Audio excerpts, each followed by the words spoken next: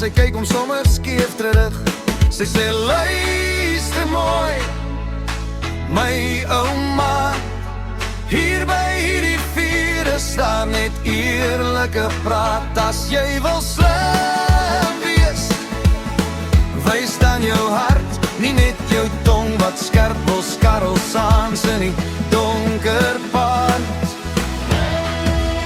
Moenie 'n tikkie wees nie, hey, moenie daai klein houding kies nie. Sit jou ego neer, gooi jou op die vuur, praat soos 'n mens, nie soos 'n klein tirannie. By die braaivleisvuur in Kimberley vandaan, moenie 'n poes wees nie, jy's beter as daai. Die oom draai die chops, tante bring nog slaai in 'n bak. Die oukie kyk om rond, sy gesig nou halfpad bleek en nat.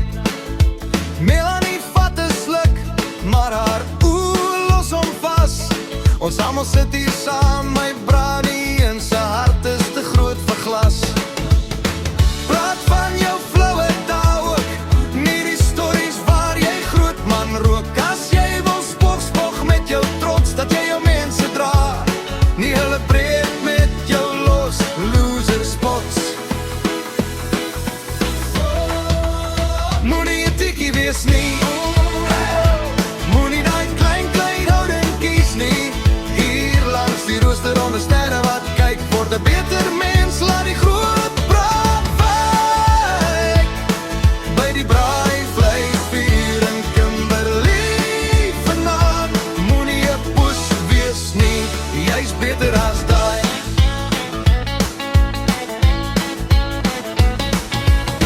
Skink jou dop, maar skink ook respek. Ons is een tafel, een vuur en trek. Hy sug, hy knik, hy lag uiteindelik saam. Okay, Melanie, ek sal my bek bietjie dra.